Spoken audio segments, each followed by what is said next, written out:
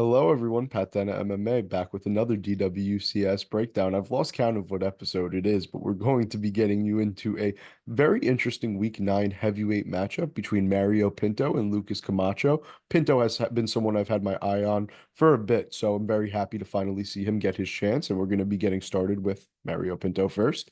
So Pinto is from Portugal, but he represents England. He stands at a whopping 6'5" with an 80-inch reach. He has an 8-0 professional record. Pinto also fought 3 times in one night as part of the LFL heavyweight tournament, and this will be his sixth fight in about the past year and a half. So pretty cool for Pinto to have that much activity as a heavyweight, something we really don't see. So Pinto is very calm and composed in there. He's very loose. He's very calm, likes to rely on his technique, basically. He has really good technical striking. He uses that length and that reach well. Pinto is great at using different angles while he's striking and then using those angles offensively to cut off angles defensively for his opponents. It's a very underrated tactic, and I think it's a very big skill trait he has, especially at heavyweight where guys can't move out of the way of things as quickly. I feel like being able to cut off those angles while creating your own is a very underappreciated gift that Pinto has. So Pinto has a great jab and a sniper of a right hand. He has quick hands for a heavyweight in general. All of his punches come a lot quicker than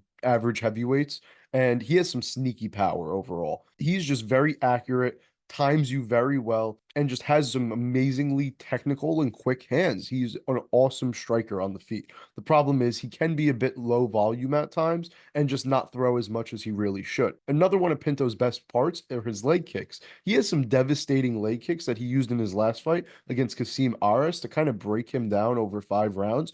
And it wasn't the best performance because of his low volume, but he got the job done, and those leg kicks were a big tool in that fight. Pinto also has some pretty solid head movement and footwork. He just kind of is always circling around the cage. He's a lot quicker than most of his opponents, so he has the athleticism advantage, and he's just always ducking out of the way of jabs, punches. He has some pretty solid head movement. Can get a little bit too lackadaisical in there sometimes. Can be clipped by some looping right hands. I noticed that. He's a little bit susceptible to that punch especially, and he's just not good moving backwards. That's definitely Pinto's worst trait, is moving backwards. Against Benjamin Sahich, he got dropped bad moving backwards, and you can see in fights that he just doesn't do well on his back foot. He needs to, kind of not be on the front foot, but kind of just be at space and be allowed to work. But when Pinto was hurt, he did have really good recovery. He immediately swooped the legs and got a takedown and didn't really show any sign of being as hurt as he seemed to be. In the grappling, Pinto has some really solid clinch work and has some pretty good takedowns overall. Nothing that pops out, but just very solid overall. Pinto is good at working to the back and then securing his slick chokes. He has a pretty slick rear naked choke, and he gets to the back pretty quickly and just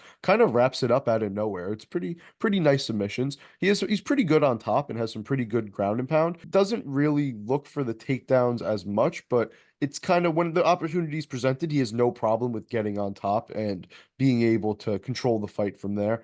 And solid takedown defense, solid submission defense. His grappling defense is solid. His cardio is amazing. He's been 5 rounds before. He's fought 3 times in one night. 2 of those fights went to a decision. So Pinto's cardio is really not something I worry about. Moving on to Brazil's Lucas Camacho. Camacho is a bit of a different story. I was only able to find tape on 2 of his fights, but then there were highlights from some of the other ones, so I was able to gather a bit, but definitely a lot less on him than we have had on some other guys this season. So Camacho is 6'4" with a 78-inch reach. He has a 6-0 professional record with just 2 fights in the last 5 years. He had a 4 or 5 year layoff that just definitely slowed down his career. Camacho is a pretty passive fighter. He's pretty low volume. He has just some very basic strikes on the feet, just nothing that wows you, just kind of regular basic striking with some pretty good clinch knees to the body. That was one of the better strikes that stood out to me from Camacho. He's very accurate and basically just relies on his cardio.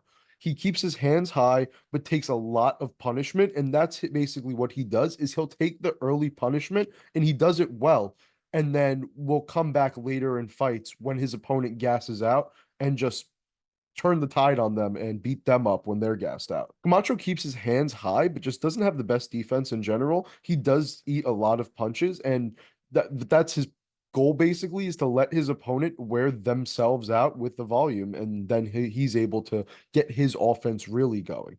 He takes advantage of those mistakes and just keeps getting better as the fight goes.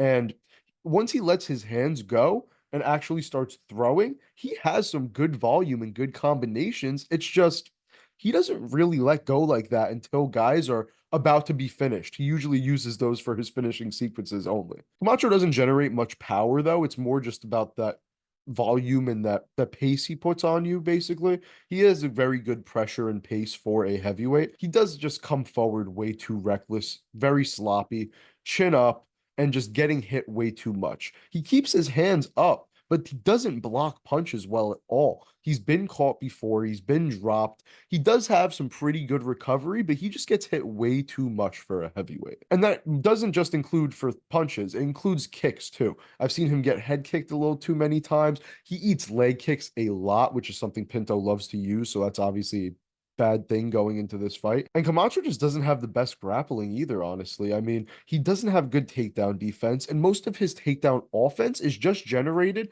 from defense that turns into offense because his opponents are gassed out. He'll just defend the takedown and then end up on top. Camacho does have a really nice anaconda choke. He uses it from the clinch mostly. It's very weird. He doesn't really use it on the ground, but when he's in the clinch, he wraps up the anaconda and it's very tight. But just overall, there's just not a lot of footage on Camacho, and what there is out there just it didn't impress me that much compared to the way I was impressed by Mario Pinto. I have been on Mario Pinto's bandwagon for a bit. I have thought he deserved to get a chance to be in the UFC, if not already be in the UFC. And I do think he is one of the better heavyweight prospects in the world right now. I know his last performance was a bit lackluster. I just think he was a bit too passive, fighting a former Bellator guy, and just didn't want to let his hands go. You saw when he let his hands go, he had a lot of success. He isn't going to dictate the pace of this fight. I think Camacho will actually dictate the pace of this fight, but I think Pinto will just thrive off of the way Camacho fights,